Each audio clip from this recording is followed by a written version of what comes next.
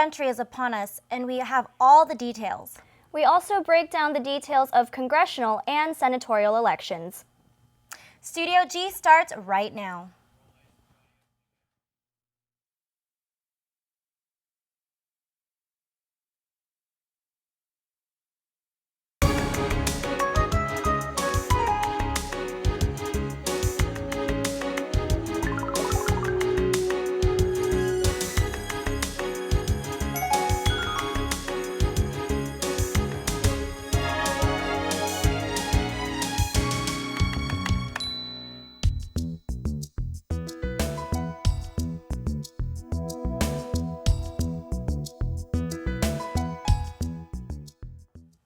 Welcome to Studio G. I'm Rio Lockenlolly. And I'm Catherine Ho. Despite the odds, Donald Trump has become the 45th President of the United States. Trump is the first person since Dwight Eisenhower to become president-elect without any political experience. Now it's time for America to bind the wounds of division. Trump thanked his competitor, Hillary Clinton, who called Trump to concede the race. Clinton did not address her supporters, who gathered in a glass-ceilinged convention center for what they had hoped to be her victory party. Clinton's campaign advisor, John Podesta, addressed the crowd instead. We are so proud of her. She's done an amazing job.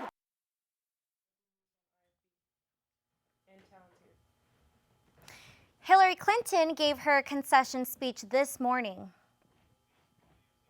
Donald Trump is going to be our president. We owe him an open mind and the chance to lead. Our constitutional democracy enshrines the peaceful transfer of power. And we don't just respect that, we cherish it.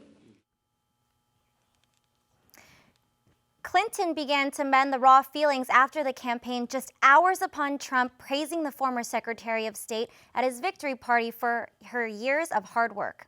The two presidential nominees constantly bickered at one another throughout the general election campaign, with Clinton calling her opponent unfit to hold the Oval Office and Trump referring to his opponent as Crooked Hillary. Trump will take office January 20th, 2017.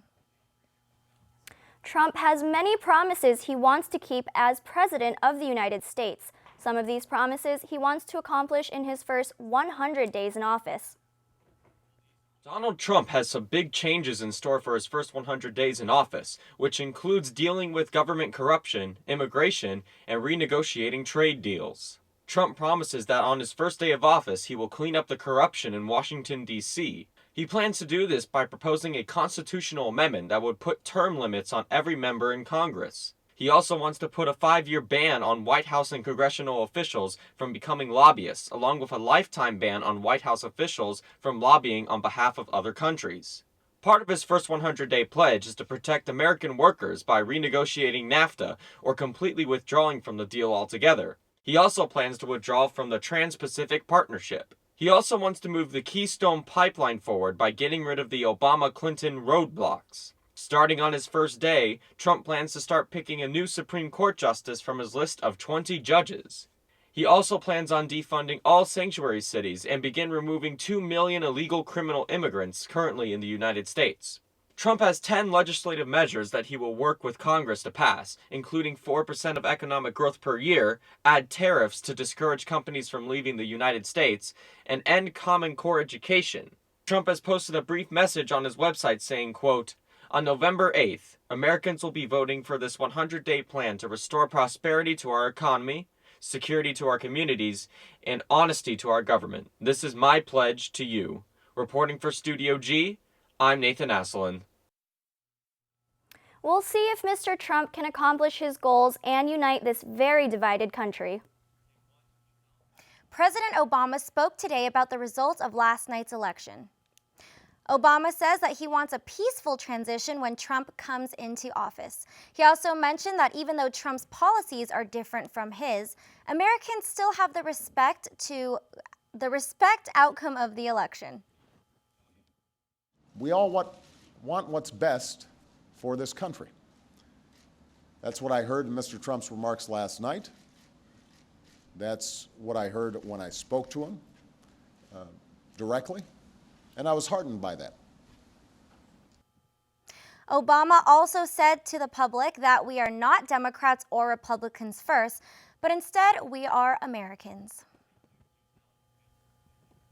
I have to say I admire the way that Hillary and President Obama are accepting these election results. I completely agree that she called and conceded, and everything was shocking news, I feel like. I think so too, yeah.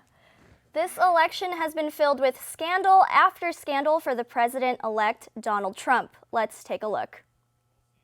According to recent reports, President-elect Donald Trump has been involved in many court cases around the United States. Donald Trump's campaign has recently filed a lawsuit, according to NBC, filed a suit with the Clark County because of early voting polls were left open after 7 p.m. on one of the last days for early voting last Friday. Trump claims that people who showed up after 7 p.m. were allowed to vote, even though that is technically against the rules. According to the Reno Gazette-Journal, at 12 p.m. Tuesday, Clark County judges denied the request of Donald Trump's campaign to not count the votes of the people that were placed after 7 p.m. because of the fact that they were still in line prior to the 7 p.m. time of closing. On top of the late voting trial that Donald Trump was recently in, there is also a rape trial with a 13-year-old child that was allegedly released in April 26th. According to the Daily Mail, the woman who opened the case said that she was raped by Donald Trump back in 1994 at the age of 13. This case has recently been dropped because of the fact that the allegations were simply, and I'm quoting, not true. Katie Johnson. Although both of these cases were dropped, there are many other cases that Donald Trump has been involved with. Reporting for Studio G, I'm Amber Michael. Rio, after all of this, what do you think about Trump trying to sue the registrar? Well, I don't want to take a position on that, but I can say that no matter what party you are registered under, I think it's a big shock that despite all of his controversies, he made it to the White House. Right? Well, when we come back, we take a look at the protests from around the nation. Stay tuned. Our Metropolis is a 30-minute show that airs every Tuesday evening at 91.5. You're going to hear Gary Larson, along with our regular contributors, talking about what matters to our community. And not only what matters, but why does it matter? We look at our community as a whole, but we also pay special attention to what's happening here at UNLV, because that's our home as well. So looking at our Metropolis through the lens of a radio show really gives us the unique perspective to tell a story through words and through people. And I think it makes for a great program.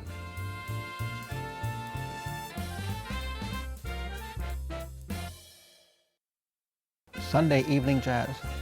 I mainly play a lot of contemporary jazz music from the 1960s up until about 2012, 2013. When I go on, just explain who it was, the name of the song, the name of the artist, maybe the name of the album, their career. I just hope that everybody enjoys it. Sunday evening jazz. I mainly play a lot of contemporary jazz music from the 1960s up until about 2012, 2013. When I go on, just explain who it was, the name of the song, the name of the artist, maybe the name of the album, their career. I just hope that everybody enjoys it and appreciate it for the kind of music it is and how great it is. My name is Sam, and I host Sunday Evening Jazz on the rebelhd2.com. I really enjoy doing my show. I love all types of rock, and that's why I'm doing Rock Through the Decades. We play the 50s all the way to today's rock music or rock bands. I want them to get the appreciation of how much rock has changed over the years and how it's still really great. You can never kill rock. I mean, rock is like the way to be, the way to go. The name of my show is Rock Through the Decades, and I am Rockin' Gemini. You can listen to this on the Rebel HD2 network. The announcement of Donald Trump winning the U.S. presidency has left millions of people around the country full of rage as various protests have broken out in various cities. Protesters took over the freeway of Oakland while chanting, "Not my president," in response to the new elected President Donald J. Trump. Fire broke out during the protests as the crowd set tires and trash on fire and smashed windows of the Oakland Tribune newsroom. The California Highway Patrol declared that one protester resulted with major injuries. In Oregon, anti-Trump supporters took their stand in the middle of the street as they blocked off traffic while protesting against the new president. The anger escalated to the burning of an American flag as protesters felt their patriotism was out the door. The protests forced a delay for trains on 2 light rail lines. More protests have broken out around the country in Berkeley, San Francisco, Pennsylvania, and Washington. I can't say that I'm surprised that there are protests, and I think no matter who would have won the candidacy, or the presidency, protests would have broken out either way. I agree, because 50% want Clinton, 50% want Trump, so no matter who wins or loses. Yeah, and there's going to be an undeniable divide in our country right now, so yeah. I completely agree. On the other hand, now we go to James for weather. Thank you very much, guys. Now, I know it might be a little bit murky out there when it comes to politics, but outside, it's clear as a whistle. 82 degrees Fahrenheit is our high for right now, while the low is 60. Very quiet, very low, and you know, it's very clear out there, so we have lots to look forward to. But let's go ahead and look at what's happening across the pond. Out in England, you have snow as far as the eye can see, but thankfully here in the country, I'll show you what we have. As it currently stands, 82 degrees Fahrenheit is our high, but for the rest of the week, you can obviously see that we have clear and sunny days ahead. Nothing much to worry about except on Friday, Veterans Day. Make sure to go out there and make a little barbecue and have a good time. Other than that, looking out to the rest of the valley, all the way from Centennial all the way down to Boulder City, we have degrees Fahrenheit, I would say it's a margin of about 3. 76 is, of course, the high that we're experiencing, and for the rest of the Clark County area, the low is about in the high 60s, so it's low 70s, high 60s for most of the valley out there, while our highs will be a little bit higher. Now, for the rest of the country, of course, we can see rain is hitting the northwestern coast. All the way across the country, they are seeing snow out in the northeast, and that's the area of New Hampshire. We have, of course, snow up in our Canadian neighbors, and for the rest of the country, we are seeing quite a lot, but it's rain down in south in New Orleans and the Big Easy, rain in the northwestern quadrant of the United States, and snow out in the northeast. So that's currently where we're at, and snow out in England. You saw that picture? Yeah, That's a lot of snow. My goodness. Well, I know we won't be seeing any of that soon or anything like that. No, it's still so hot out here. I could go swimming today if I wanted. Well, yeah, exactly, right? Well, I have a question for you then. When was the last time you saw snow in Las Vegas? Oh, when we had our snow day. Our in snow day. 2000, what is that, 9? Doesn't look like we'll have snow this year, huh? No, not much. But coming up, I have an exclusive interview with Dan Lee and Michael Green. We'll be right back as I go ahead and interview those two people about what we just saw for the election and what we saw for the down ballot race.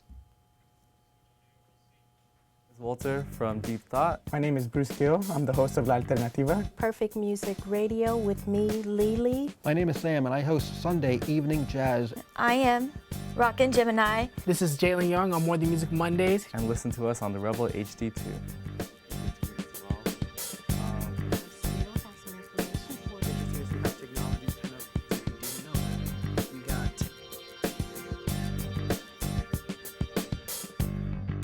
As far as Studio G, at first it looks overwhelming, and at first it looks like it's a lot of work, but I'll tell you what, it's the most beneficial class I've had at UNLV to date, without a doubt. You get to not only develop stories and work on your interviewing skills, your editing skills, and your shooting skills from a camera perspective, you get to work on all the equipment that's in the studio. So you're working on audio, you're working on directing, tech directing, you get to produce your own show. You can take a 30-minute newscast and make it your own. And that's really cool about Studio G. Like I said, a lot of it seems overwhelming at first, but it is by far the best class I've taken at UNLV since I've been here. The show's name is the Rebel and Revolt Show. Pretty good show about, just someone who will actually talk about UNLV the way an outsider might feel. We talk about current events, we talk about politics, try to take an offensive swing with it. Sometimes it's hit or miss, and then we talk about, the little things in life that everybody laughs about. And we are the rebels and we are revolting. My name is Jameson Wilk, and I run the Rebel and Revolt Show, and you can tune in at therebelhd2.com. Get to do an internship, you have to do an internship. It's one of the requirements for a journalism major. You have to do an internship before you can graduate. Definitely having an internship as a requirement really helps push yourself out there and to just remind you that your graduation is coming up soon. You're going to have to need some work experience in your career. So it's really good to put yourself out there early on, and they tend to help students a lot more. So when you do a student internship, it really helps out a lot.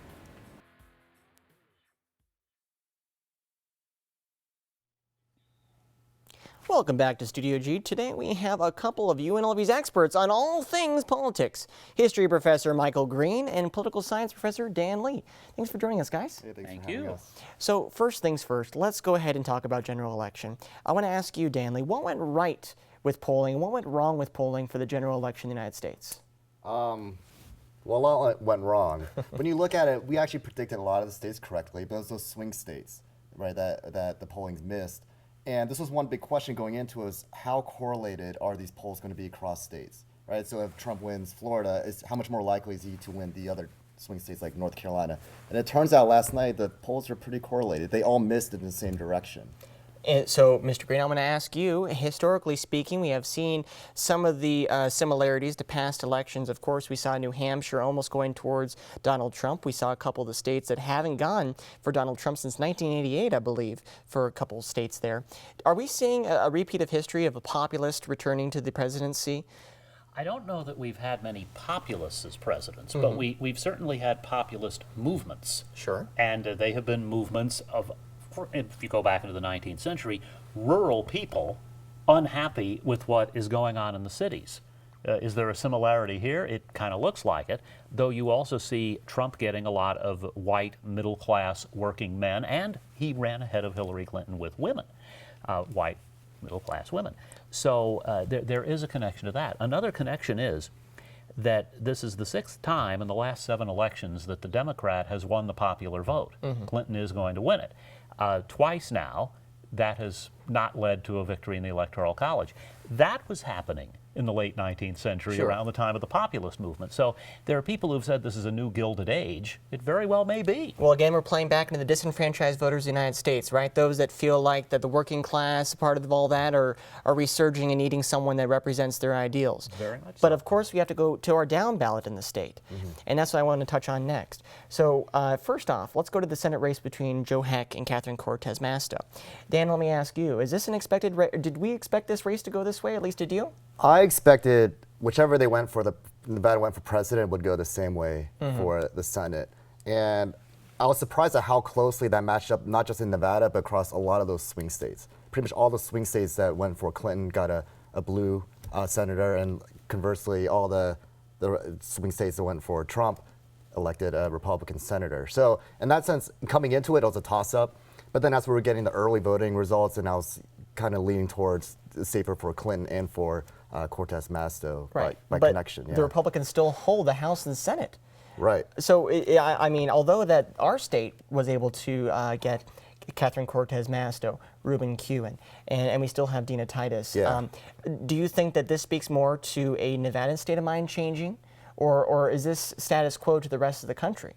I mean, Joe Heck was the incumbent, or was the projected winner by most accounts. Right.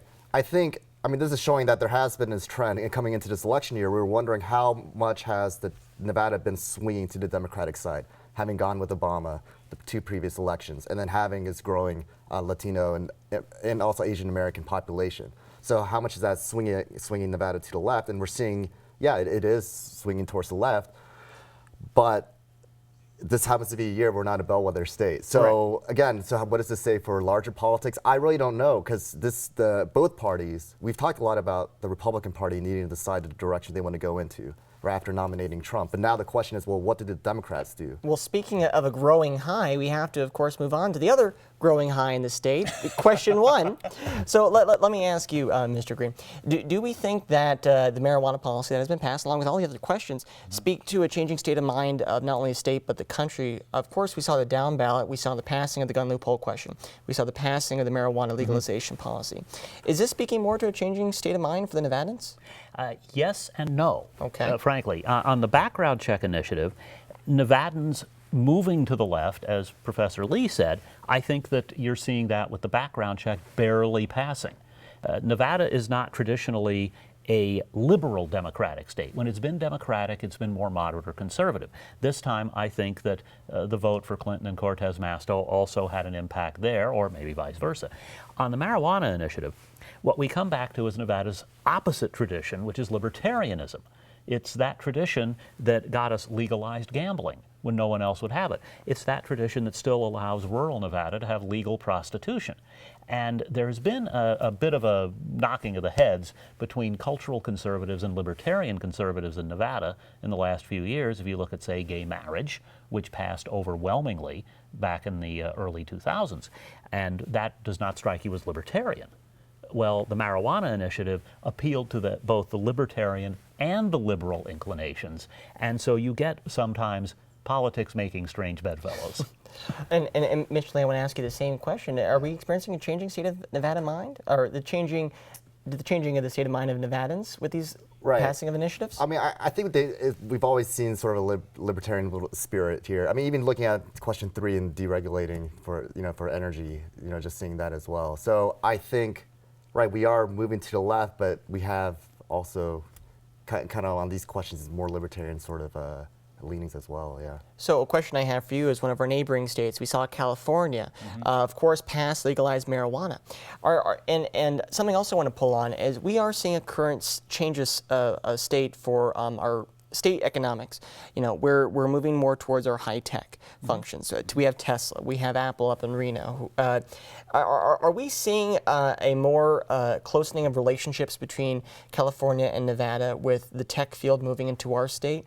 Well, a question I have for you, Mr. Green, is the Southwest going to become synonymous? Nevada will just fall into California-like politics? I don't think so. Partly because if you look at California, it is overwhelmingly Democratic right now.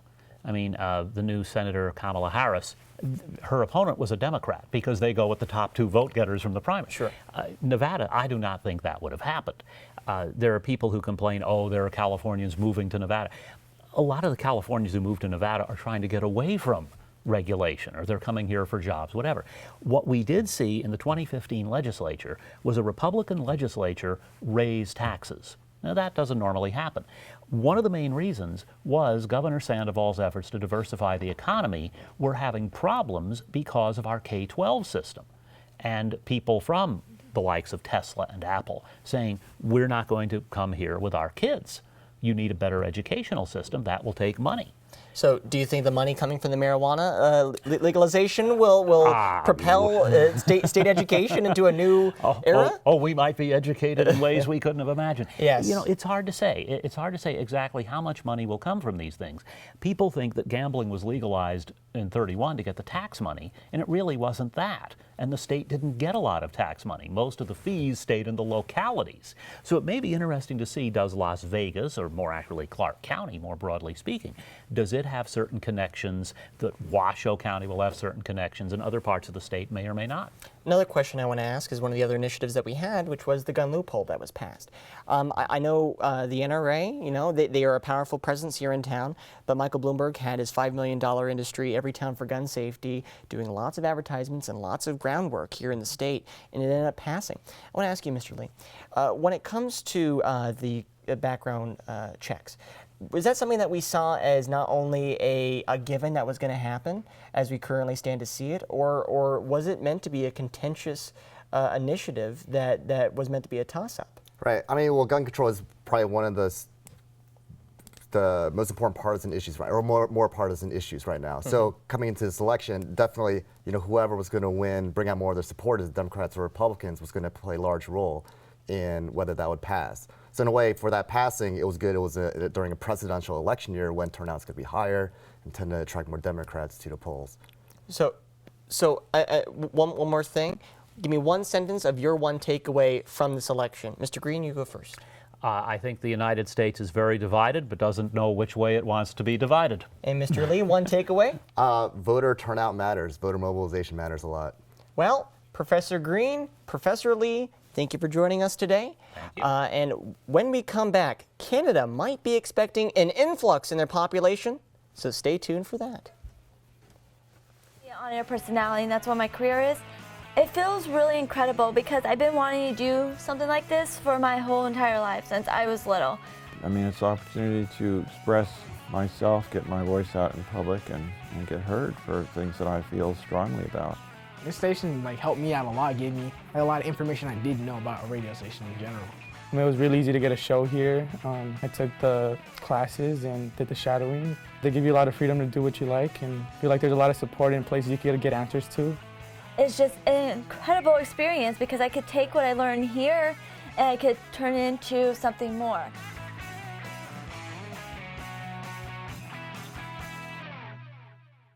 Oh, the station's great. You make friends, you gain skills, you learn how to do all this stuff with audio. It's a fantastic thing. I can grow with everyone and everybody supports me as well as I can support them. I think it's great. I think it's a blessing to have this kind of equipment from the Green Spun family as well as the state of Nevada. And it's really informative to see, how a radio show really works.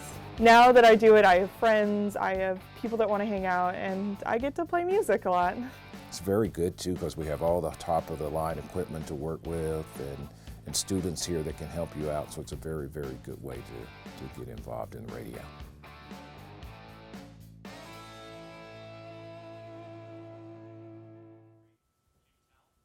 While some Americans are willing to stick it out through Trump's presidency for 4 years, others are looking to our northern neighbors as sanctuary. The Canadian government's immigration website crashed Tuesday night. Experts believe the U.S. election played a major role. Business Insider reports the site went down around 10:30 p.m. Eastern Time, and access has been spotty since. Online searches regarding moving to Canada and becoming a Canadian citizen grew in recent months. That's so interesting that, it's kind of predictable that everyone wants to move to Canada now, but do you really think that's a good solution? I don't think so. It's not practical, but it's not practical. Do you think it will really happen though, do you think anyone's actually going to move to Canada? I think it's one thing if it's happening on the internet, but we'll see if it actually happens. Well, thank you for tuning in today. I'm Catherine Ho. And I'm Ria Lockenlolly. Follow us on social media, and if you're interested in getting more local news, be sure to pick up an issue of The Rebel Yell. See you tomorrow for another episode of Studio G.